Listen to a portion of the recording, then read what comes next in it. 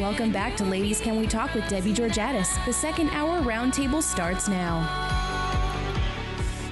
Hello, welcome back to Ladies Can We Talk. Thanks so much for tuning in. We have our second hour roundtable. So tonight I have Chris Davis and Dorinda Randall here. And we also have on the line a guest at the top of this hour named Bill Federer. Hello, sir.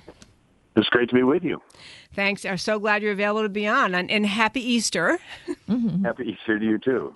Thank you. I'm going to just quickly tell our listeners, Bill Federer is an American writer. He's written many, many books. He's spoken all over the country on all sorts of topics that I don't know how you would probably characterize yourself, but I had the sense from looking at the titles of all your books that you really are you are able to speak about the roots of America's greatness, the ideas behind America's formation that made our country great and exceptional. And then you're also very well-versed and well-informed about Islam and the Quran. In fact, I'm holding your book, What Every American Needs to Know About the Quran. So thank you so much for joining us. I just want to jump right in and ask you, we've been talking tonight about what is happening in this presidential election cycle and how one of the candidates, Senator Ted Cruz, happens to be a Texan, is running for president. He'd made a comment after the Brussels attack that we in America needed to have surveillance in Islamic neighborhoods and in the mosques in order to prevent the kind of situation that happened in Brussels. So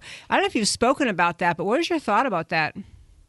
Well, I agree with Ted, and I think that history gives an insight. Ultimately, we see when there are violent Muslim attacks, we'll have some politicians say, well, those Muslims do not represent true Islam. Yet the Muslims who are committing the attacks are yelling Allahu Akbar, and they claim that they do represent true Islam. So who can tell us what true Islam is? One person, Muhammad. Muhammad was the best Muslim that ever lived, so his life is called the Sunnah, which means the way or the example. He's the ultimate standard of what a good Muslim is. And if we look at his life, it went through 3 stages. He was a religious leader in the pagan city of Mecca from 610 AD to 622 AD, and he only made 70 converts in 12 years. He gets confrontational, and so the people of Mecca decide to chase him out of town for disturbing the peace. He tries going to a city called Al-Taif. They don't want him. They pelt him with rocks and stones. So Muhammad has nowhere to go. He is a Muslim refugee. He goes north 210 miles to a Jewish city called Medina.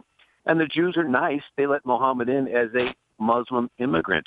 He goes into the minority neighborhoods, and he begins to organize a following of those who feel like they've been victimized or they have grievances against the Jewish-controlled city.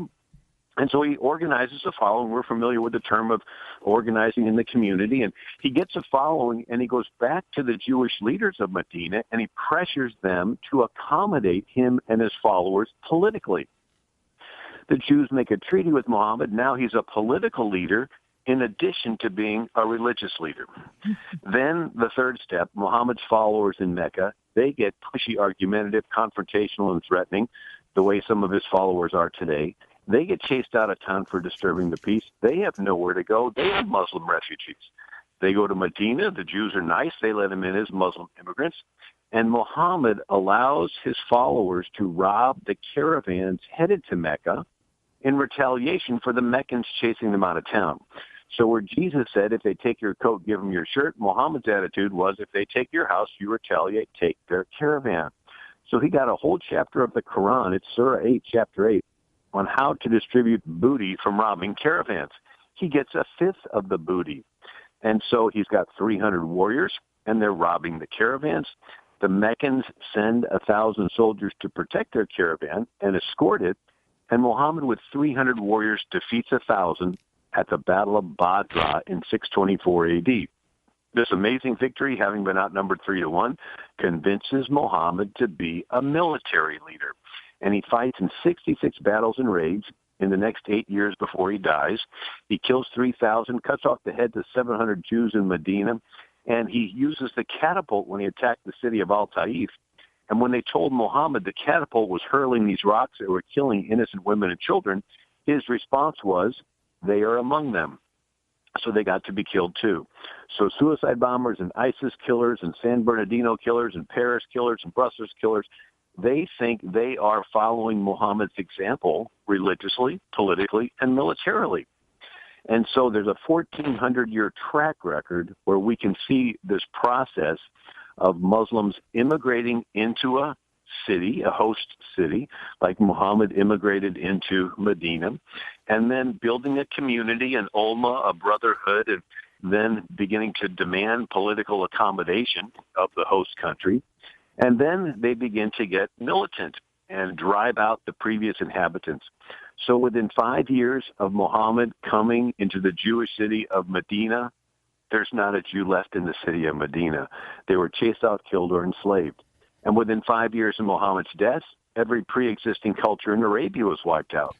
And then in the next 23 years, the Muslim warriors conquer Jerusalem, which had been a Byzantine Christian city for 3 centuries since Constantine. The Muslims conquer Syria, which was the first country to completely be Christian, evangelized by the Apostle Paul. Antioch, Syria, is where the name Christian was first used until Caliph Umar conquered Syria. And then Egypt was completely Christian, having been evangelized by Mark, that wrote the Gospel, Matthew, Mark, Luke, and John, until Amir ibn al-As conquers Egypt. And then there used to be 250 Catholic dioceses along North Africa in the 7th century. Morocco, Algiers, Tunisia, Libya, they were all conquered in one generation by the Umayyad Muslims. And then in the year 711, 80,000 Muslims cross the Strait of Gibraltar and conquer Spain.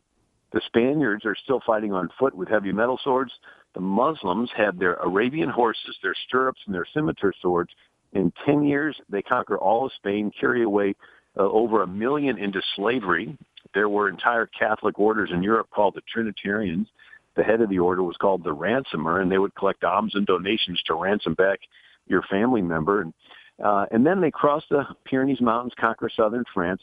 They're finally stopped just outside of Paris at the Battle of Tours in 732 A.D. by Charles Martel, the grandfather of Charlemagne, exactly 100 years after the death of Muhammad in 632 A.D. They go from Arabia to Paris in 100 years in a military campaign. And since this is Muhammad and the quote-unquote rightly guided caliphs, the Muslims today that want to be better Muslims, they want to be more devout Muslims, they want to follow the example of Muhammad and the rightly guided caliphs, and they want to be religious Muslims, political Muslims, and militant Muslims, setting up their ISIS, their Islamic State, their caliphate. Wow. You know what? Wow. You might have to stop and take a breath. That was an amazing history. And I will tell our listeners again, first, we are speaking with Bill Federer, an author of many books, but the one that I want to mention again to you is a book called What Every American Needs to Know About the Quran. And I will tell you that it's written in a great, what you just heard him describe in that relatively brief history of the thousands of years of Islamic aggression is summarized really well in this book in a sequential way with short little descriptions. It's an easy to read, but full of information. And I think all of this, to bring it back to today, is it helps Americans see when we're dealing with the question of how many Islamic refugees to bring into America and you know, what's our policy? How do we deal with them? It helps us get a better picture of Islam, because I think for most of American history, most people didn't know much about Islam, and they kind of want to assume it's just kind of like, I said, we know it's not Christian, but there are other great religions. But to understand the history helps us understand where we are today in fighting it. So back to my question. So is Ted Cruz right about the idea we need to be monitoring the mosques in the neighborhoods? I think so. When the Dutch conquered Indonesia, the Muslims had conquered it centuries earlier. And the way the Dutch brought peace is they would listen to the imam's sermons. And whenever an imam was inciting the Muslims to attack, they would arrest that imam and lock him away. And then another imam would incite him, they'd arrest him, lock him away. And until pretty soon the rest of the imams got the picture that you don't speak out against the Dutch government. And when that happened, then they began to develop a more moderate, less violent version of Islam. But we have to understand, as long as Muhammad is at the core, there is always going to be a certain percentage of Muslims that want to go back and follow his example. And so that's why there's always going to be the question there. Now, in Islam, those two cities I mentioned that Muhammad lived in, Mecca and Medina. In Mecca, he was just a religious leader. In Medina, he became a political military leader. And so Islam is based on these two cities, in other words, two phases. So the first phase is Muslims come into the host country as a Meccan Muslim, as a religious Muslim. And they'll operate as religious Muslims for maybe a generation. And then when they begin to build a large enough congregation and community, that's when the imams begin to push them to transition to become the political militant Muslims and overthrow the country. Now, when does this happen? When the host country begins to treat the Muslims with respect, with accommodating them, with showing them kindness, the moderate Muslim begins to say, wait a second, this has never happened before. Maybe Allah is beginning to give us the host country. So in other words, weakness invites aggression. In Islam, they have a concept. When your enemy shows weakness, that is Allah giving them to you. And it's sort of like the law of the jungle. You have a picnic and you got your food sitting out on the table and there's some dogs around. Well, as long as you're there keeping the dogs away, you can eat your picnic. But if you say, I got to get something out of my car, and you leave, guess what those dogs are going to do? They're going to run up to the table and grab what's there and run away. And so as long as this program, the software system that they have, as long as they are in the minority, then they act in a peaceful way. But then when the host country begins to show themselves unusually accommodating, then they begin to take that as a signal that it's time to move to the second phase, the Medina phase.